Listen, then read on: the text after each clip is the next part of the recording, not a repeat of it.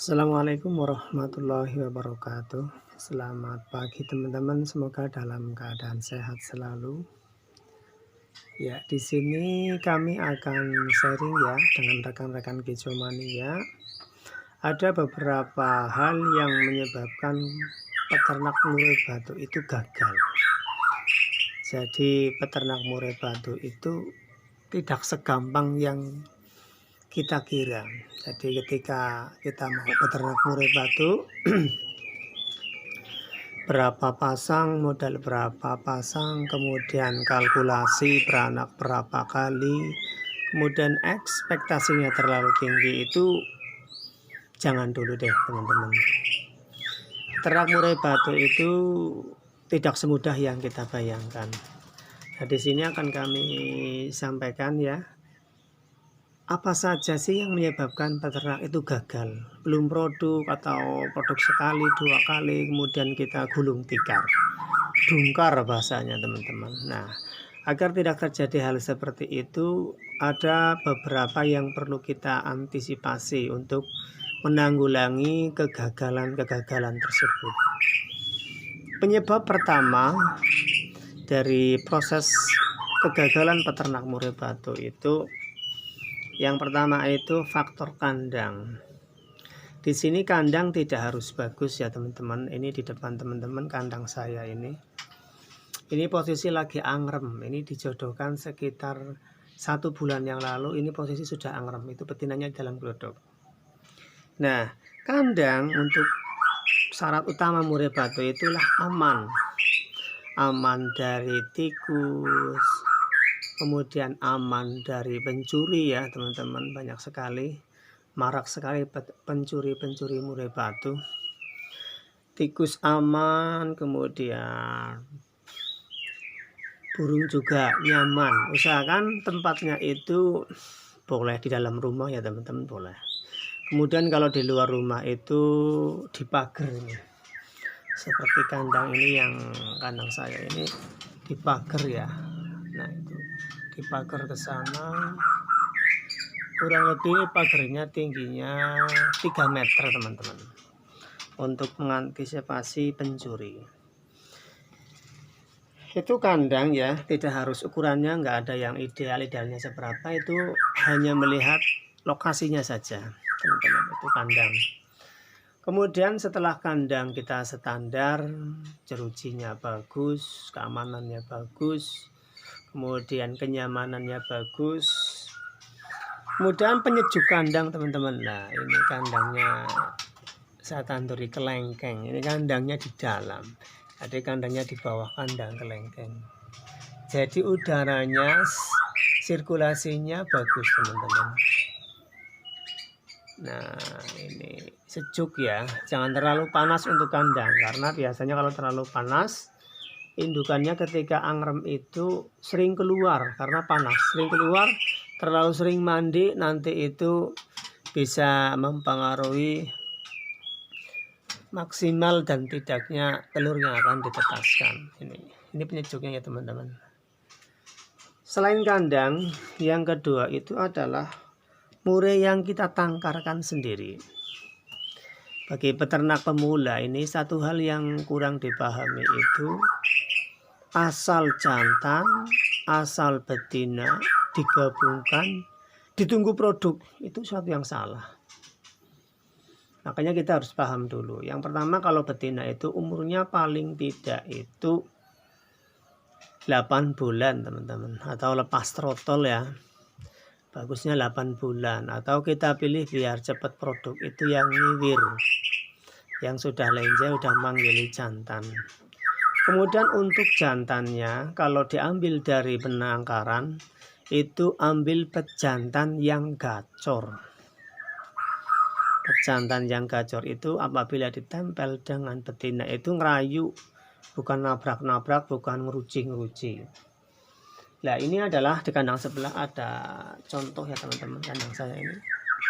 Ini contoh betina lepas trotol, kemudian jantan juga lepas trotol. Ini saya jodohkan sudah sekitar 1,5 bulan. Ini udah mulai ngunjal ini.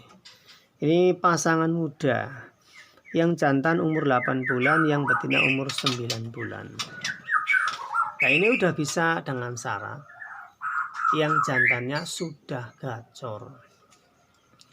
Kemudian kalau diambil dari pejantan yang muda hutan, pilih pejantan muda hutan yang cucuknya tipis.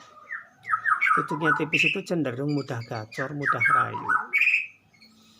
Pilih yang cucukannya tipis. Jadi walaupun muda hutan, kalau dimasuki betina itu kadang udah ada yang mau rayu, walaupun belum gacor.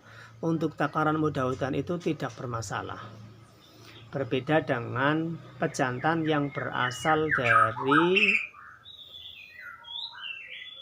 ternakan, itu wajib gacor. Nah, ini yang lagi posisi angram ini teman-teman ya. Ini di dalam nggak kelihatan, ini kurang kelihatan. Ini betinanya muda hutan, jantannya juga muda hutan. Ya, ini burung lapang teman-teman. Ya, itu ya untuk syarat burungnya yang dimasukkan ke dalam tangkaran. Kemudian penjodohannya nanti dibahas pada bagian berikutnya ya teman-teman. Ini cuma untuk syarat kegagalan aja. Selain kandang, selain burung, kemudian pakan. Pakan itu adalah sesuatu yang sangat penting dalam usaha penangkaran murai batu. Kadang kita itu terlalu hemat juga nggak jadi itu. Karena untuk penangkaran murai batu itu diperlukan pakan yang memiliki protein tinggi. Kalau saya sendiri menggunakan jangkrik ya teman-teman. Kemudian jangkrik untuk proses penangkaran itu dipisah ya teman-teman, dipisah dengan yang jangkrik untuk pakan burung harian. Untuk yang ditangkarkan, pakannya kalau yang saya pakai itu menggunakan kecambah. Menggunakan kecambah ya. Kemudian menggunakan buah-buahan. Kemudian menggunakan pakan pur ayam. Yang sudah kami praktekkan sejauh ini itu alhamdulillah bisa produk ya. Itu untuk pakan jangkrik. Kemudian untuk jadwal pemberian pakan ini juga perlu diperhatikan. Jangan sampai kita karena satu kesibukan kita keseharian mencari nafkah, kemudian pakan jangkriknya telat. Ini faktor yang sangat fatal teman-teman. Apalagi kalau lagi bertelur atau lagi angrem, ini bisa dimakan telurnya. Kalau lagi ngeloloh malah bisa dibuang cindilnya. Ini kandang sebelah juga lagi angrem. Itu teman-teman lagi angrem. Nah, pakan tidak boleh telat sama sekali. Kalau telat akibatnya fatal. Kita sudah nunggu, udah lama, udah isi telurnya, kemudian karena kecerobohan kita telat memberikan pakan, telur dibuang, cindil dimakan kadang ya teman-teman. Itu untuk jadwal pemberian pakannya. Pagi kita kasih full, kemudian siangnya kita cek lagi barangkali ada yang masih kurang. Nah, itu nggak boleh telat. Ini yang kita bahas di sini adalah murai batu. Jadi pakan EF itu nggak boleh telat. Kalau kebiasaan kita full EF kok telat, itu jadi masalah serius. Masalah pada telur yang diangremi, masalah pada telur yang mau netas, kemudian masalah kepada keberlangsungan produktivitas murai kita itu sendiri. Nah, itu dari segi pakan. Kemudian dari segi pola pemberian kroto. Ini kadang sekali kita itu karena kroto yang mahal, kroto yang kadang susah dicari, kita enggan untuk memberikan kroto. Padahal kroto pada pemberian murai batu itu sangat memberikan efek yang positif. Jadi ketika murai kita birahinya nggak bareng antara jantan dan betina, kita bisa menggunakan kroto agar birahinya bareng. Kemudian harapannya cepat melakukan perkawinan kemudian produk. Kalau menggunakan jangkrik, kadang ada tipe-tipe burung murai batu yang kurang rosa ya, kurang rosa dalam makan EF khususnya jangkrik. Kalau saya sendiri menggunakan kroto itu kalau untuk menaikkan birahi ya, itu 2 hari sekali. Jadi 1 minggu itu 3 kali teman-teman. Ini saya kira udah cukup. Krotonya itu nggak terlalu banyak. Kalau terlalu banyak malah krotonya nggak dimakan, nanti bisa digerumut semut, kemudian dimakan burungnya lagi karena tersisa, itu malah nggak sehat. Kalau kami pemberian krotonya itu paling 1 sendok sampai 1-2 sendok. Itu untuk 1 pasang murai batu. Jadi ini di tempat saya itu ada 10 kandang yang terisi. Itu kalau membeli kroto itu cukup 10.000. 10.000 dibagi 10 kandang, jadi nggak terlalu banyak.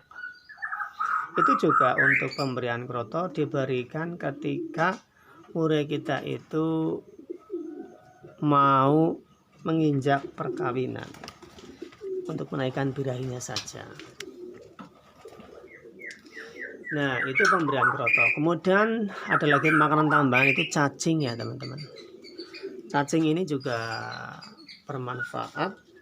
Namun kadang saya sendiri kurang memakai cacing karena ribet ya, kadang-kadang harus cari atau harus beli, itu saya nggak pakai banyak terlalu cacing. Kecuali untuk mengatasi masalah-masalah murai yang over birahi. Karena murai yang over birahi itu kadang walaupun sudah jodoh, sudah produk, ketika ada murai baru yang datang itu bisa membantai. Bisa membantai betina maupun anakan yang sedang dilolo. Ya, mungkin hanya itu ya teman-teman. Banyak kekurangannya, saya pribadi mohon maaf. Kemudian ada kelebihannya, yaitu datangnya dari Allah Ta'ala. Sekian, silakan kalau bermanfaat like dan subscribe-nya. Dan apabila ada sesuatu yang perlu ditanyakan, silakan ditanyakan melalui kolom komentar.